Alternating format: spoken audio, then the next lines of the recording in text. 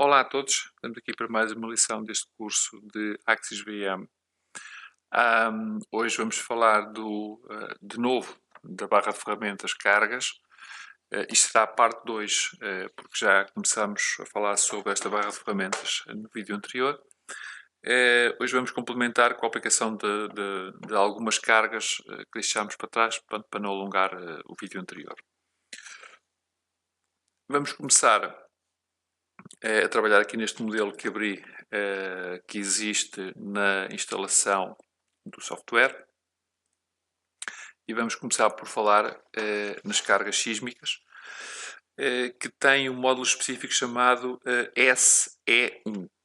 Portanto, todas estas cargas têm um modo de definição e de aplicação relativamente semelhante e que diz respeito primeiro à definição de um caso de carga e de um grupo de carga, se for o caso, e depois da definição dos parâmetros individuais. Portanto, começando aqui pelas tais cargas sísmicas, portanto, eu já tenho aqui algumas cargas definidas, mas vamos criando novas à medida daquilo que vamos precisando aqui neste exemplo. Portanto, cargas sísmicas, vamos criar aqui um caso novo, portanto, aqui no caso já está definido, ok? Vamos abrir aqui uma destas cargas e vamos definir então a carga no ícone correspondente. Temos aqui esta caixa de diálogo grande, portanto tem aqui algumas definições para podermos fazer. Temos aqui estes 4 tabs onde podemos definir também parâmetros. E basicamente agora, quando chegamos aqui a esta fase, temos que definir o que queremos. Portanto, temos aqui este primeiro tab que se chama, em inglês, o Horizontal Response Spectrum, portanto, o espectro de resposta horizontal. E aqui podemos, ou este tab é usado para calcular as cargas equivalentes para cada forma, ou para cada modo de forma da vibração. Temos aqui vários parâmetros. Isto depois tem um bocadinho mais de profundidade a nível da explicação, portanto, no nosso curso teórico, mas brevemente ver aqui os mais importantes. Portanto, aqui assim a definição de um fator de importância. Aqui um fator do comportamento relativamente ao deslocamento que pode existir. Aqui um editor da função espectral, portanto, define aqui a forma aqui do espectro do projeto que estamos aqui a calcular. A classe do solo, portanto, também há aqui várias possibilidades. Podemos entrar em consideração com estes fatores Q para ambas as direções X e Y, também pode ser diferenciado. Aqui um fator de comportamento, ok, cá está ele. E aqui depois também alguns parâmetros também relativos ao espectro, também que podemos tomar em consideração e depois cada um deles está explicado devidamente. O segundo separador, portanto, agora para o vertical, para o espectro vertical. Efeitos de torção, portanto, que basicamente dizem respeito à decisão possível que o utilizador tem de que estes sejam tidos em consideração ou não. Portanto, podemos aqui definir também algumas coisas, nomeadamente a entrada ou tomada em consideração dos andares do edifício, portanto, com a definição correta depois das respectivas cotas que entramos aqui em consideração. E aqui métodos de combinação, que de uma maneira também muito breve permite-nos escolher entre as várias possibilidades. Há aqui vários métodos, este método CQC ou o método automático, por exemplo, que deixa o programa decidir se este método CQC está garantido pelos resultados dos modos de vibração. Portanto, aqui há algumas possibilidades que, como disse, podem aprofundar um bocadinho mais na nossa parte teórica. Depois disto tudo definido, vão executar a análise estática linear, portanto, e obtêm os resultados que o pretendem. Estes resultados, portanto, têm duas vertentes onde podem ser analisados. Primeiro em termos de deslocamentos e depois na perspectiva dos efeitos de segunda ordem que também podem ser tidos em consideração e analisados. Portanto, há aqui várias possibilidades. Depois entramos aqui num outro tipo de campo, que é o que em inglês se chamam as cargas pushover. Portanto, vamos definir que diz respeito aqui a este icon. Já temos aqui algumas definidas. Temos aqui também em consideração, por exemplo, para um determinado elemento ou para todos, o que quisermos. Vamos gravar, sim. E temos aqui esta caixa de diálogo. Antes de passarmos os olhos pela caixa de diálogo, apenas dizer que esta análise pushover toma em consideração os elementos, o edifício, portanto, o que tivermos aqui a analisar, portanto, e vai empurrar, por assim dizer, o edifício, portanto, até que este atinja a sua capacidade máxima de deformação.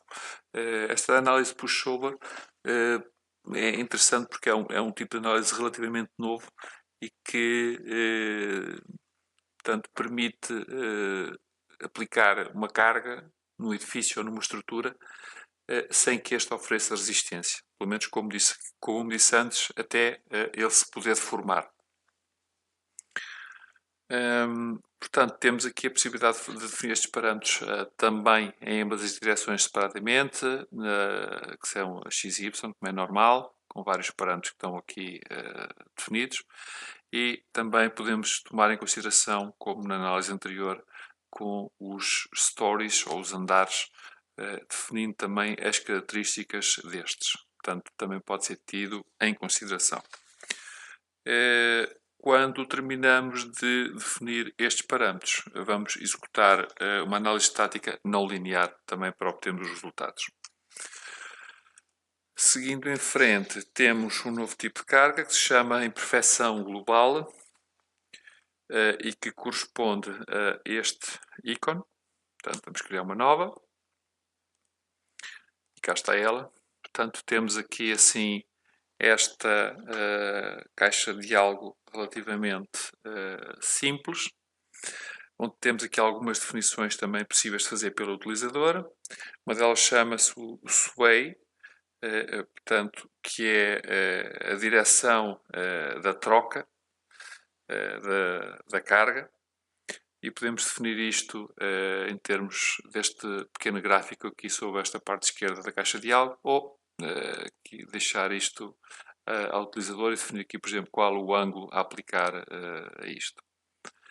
A nível base, onde também podemos definir qual é o nível Z onde esta troca começa, portanto podemos entrar com isso em consideração e depois introduzir aqui também alguns parâmetros destas definições de alturas.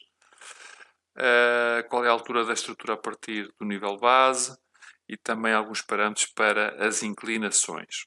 Portanto, tudo isto está aqui disponível também para o utilizador poder definir.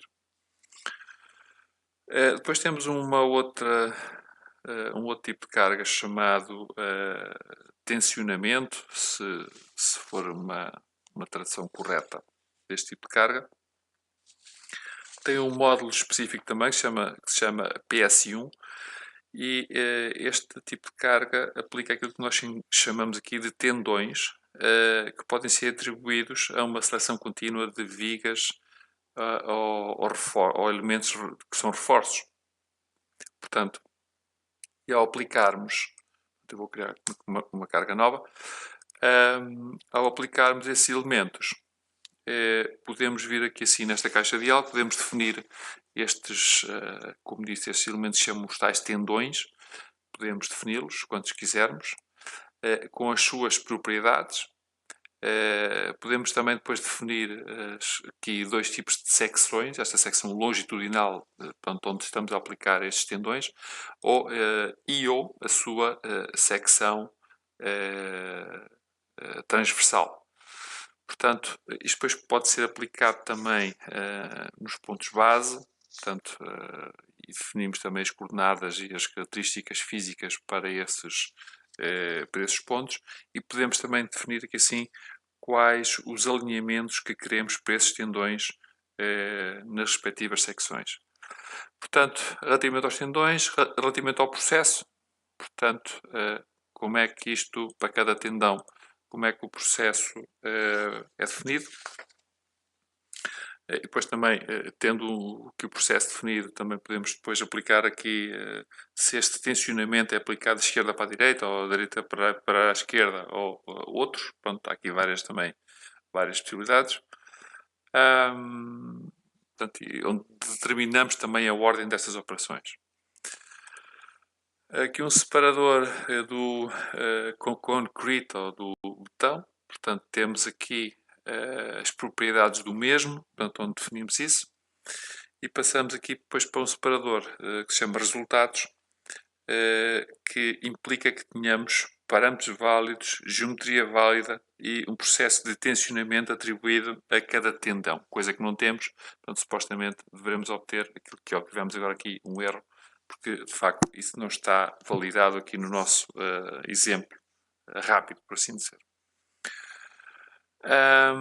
Por último, temos aqui um pequeno separador que se chama tabela de trajetórias, que nos permite construir uma trajetória para os tendões selecionados com os incrementos que desejamos e a possibilidade de termos uma troca da origem opcional ou não. Portanto, temos aqui de facto depois coordenadas também para fazer estes incrementos e estas trocas de origem, portanto, com tudo aquilo que é necessário para esta definição dos ditos tendões. Continuando, vamos passar para as cargas móveis. As cargas móveis correspondem a este ícone que está aqui. Vamos definir uma nova. Podemos definir estas cargas móveis quer para elementos lineares, quer para domínios. Portanto, como não existe nenhum domínio definido no nosso modelo, portanto, o ícone dos domínios está desativado. Ficamos apenas com os elementos lineares. E esses elementos lineares basicamente permite que o utilizador defina várias coisas aqui, portanto em termos de cargas, que podem ser concentradas ou distribuídas, com os respectivos parâmetros que são definidos pelo utilizador. E podemos definir depois também percursos para as cargas, aqui com também algumas opções gráficas. Portanto, uma delas, a simulação, por exemplo, do trabalho de uma grua, ou o que eles chamam de modo ponte, também aqui neste ícone. O tipo de movimento também é possível de ser definido, porque pode ser apenas uma ida ou uma viagem de ida e volta, fazendo aqui uma tradução livre desta possibilidade. Aquilo que vamos obter depois da definição feita é aqui um pequeno gráfico daquilo que temos. Só por curiosidade, podemos aqui fazer uma definição rápida de qualquer coisa. Vamos aqui definir, por exemplo, aqui uma força com momento zero e vamos aqui definir mais um. Este aqui assim, local,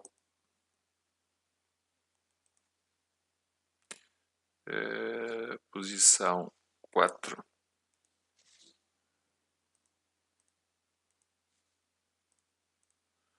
E deve estar definido. E temos aqui assim o nosso gráfico. Temos aqui o loadpad. Podemos aplicá-lo aqui a qualquer coisa.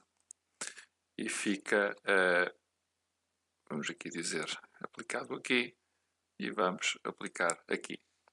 Portanto, e aplicamos aqui a nossa carga móvel naquele elemento com estas características que estão aqui definidas. Portanto, também é algo, penso que, bastante simples. A caixa de diálogo, que corresponde às cargas móveis, mas em domínios, tem uma configuração ligeiramente diferente, mas em tudo bastante similar a este tipo de definição que foi feita aqui para os elementos lineares. Passamos depois para as cargas dinâmicas, que entram em consideração com o tempo. Portanto, podemos ir aqui às cargas dinâmicas, tem a ver aqui com este ícone, e podemos depois aplicar, por exemplo, aqui a todos estes pontinhos, Vamos aqui definir aqui uma carga. E podemos depois, vamos guardar, sim senhora, e vamos fazer aqui, por exemplo, aqui uma análise das vibrações, onde depois podíamos definir aqui várias coisas. Portanto, ele agora iria fazer aqui um cálculo e dar aqui este tipo de, de vibrações que já estava feito. Temos aqui a caixa de diálogo de respeito à análise dinâmica, onde podemos definir as combinações que queremos atribuir, os casos de cargas que queremos atribuir. Podemos entrar aqui com funções em termos do tempo, porque obviamente a grande diferença para este tipo de carga e de análise que podemos atribuir tem a ver com a função tempo, portanto, direções, aqui algumas constantes também de amortecimento para fazer este tipo de análise.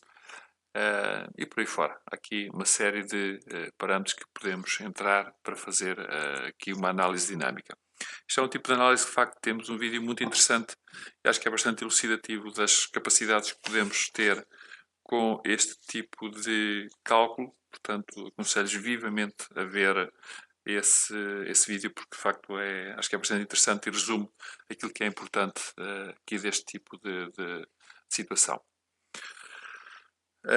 Quase a terminar, vamos aqui para um novo tipo de carga, uma coisa que se chama o efeito fogo em elementos de aço. Portanto, vamos criar uma carga dessas. É aberto o ícone respeitante às cargas de fogo. Só que existe uma pequena particularidade neste tipo de carga que tem a ver com o facto de que, para a versão corrente, estes efeitos de fogo podem ser apenas atribuídos a elementos de aço, vigas ou reforços, o que seja, mas têm que ser elementos de aço. E nós neste modelo não temos nenhum ainda criado. Portanto, eu vou criar um novo para que seja possível abrir a caixa de diálogo. Portanto, já está como style. Portanto, vou aqui aplicar algures. Não é muito importante a definição dele. Simplesmente que o elemento exista para que possamos de facto ver. Podem ver que eu fiz todos e ele escolheu apenas o único elemento que está definido como aço. E então, neste tipo de carga, quando abrimos a caixa de diálogo, há aqui várias coisas interessantes, nomeadamente aquilo que são chamadas as curvas de fogo, portanto, com diversas configurações. Portanto, existe aqui, obviamente, uma parte teórica que tem a ver com o tipo de curva que nós escolhemos e com os parâmetros associados a esta curva. Portanto, tem aqui várias situações.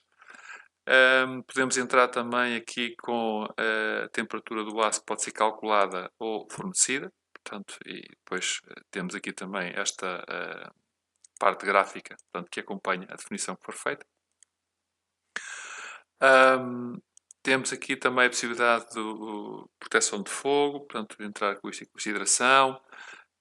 Há aqui uma série de parâmetros interessantes que podemos tomar aqui em consideração para calcular este tipo de carga também que é possível de aplicar aos edifícios. Por último, só aqui chegar ao sítio, temos uma coisa que se chama massa nodal, por assim dizer, que eu vou chegar aqui já, antes de mais, live load, corresponde a este ícone aqui, portanto chama-se massa nodal e permite basicamente definir uma massa concentrada nos pontos ou nos nós, como aqui chamamos dentro do Axis. E é tomada em consideração pelos seus componentes globais, portanto, MX, MY, MZ. Portanto, isto para as análises de vibração. Isto é uma caixa de diálogo bastante simples, portanto, eu vou escolher só aqui um ponto para aplicar. Não apliquei. Aliás, escolhi os pontos todos, pronto. não é muito importante. Portanto, a massa nodal podemos defini-la, portanto, sobrepor ou adicionar e definir aqui uma massa, por exemplo, seja isto, 20 kg no caso, e está aplicada, portanto, aqui nestes pontos. Para este tópico 2, pronto, julgo que cobrimos tudo, um bocadinho a correr, pronto, mas pelo menos passamos uma vista de olhos pelas diferentes possibilidades de aplicação de cargas. Qualquer dúvida que subsista, é natural que existam algumas, porque saltámos alguns parâmetros. Mais uma vez, e como refiro muitas vezes também, aconselho-vos a ver os vídeos adicionais que temos com exemplos, portanto, que acho que são uma fonte bastante interessante e bastante rigorosa de informação e de como aplicar este tipo de cargas e dos efeitos que algumas escolhas têm nos vossos modelos e nos resultados que vão obter. Como podem também consultar o nosso curso teórico, onde tem também algum detalhe mais sobre alguns parâmetros, sobre algumas fórmulas que aqui aparecem, de facto, que se torna difícil no vídeo com este caráter de aprofundar. Em terceiro e por último, também estamos cá para vos dar esse suporte, caso seja necessário. Portanto, também, que é natural que tenham às vezes algumas questões. Assim nos também façam chegar as vossas questões. Estamos à vossa inteira disposição para esclarecer aquilo que for necessário.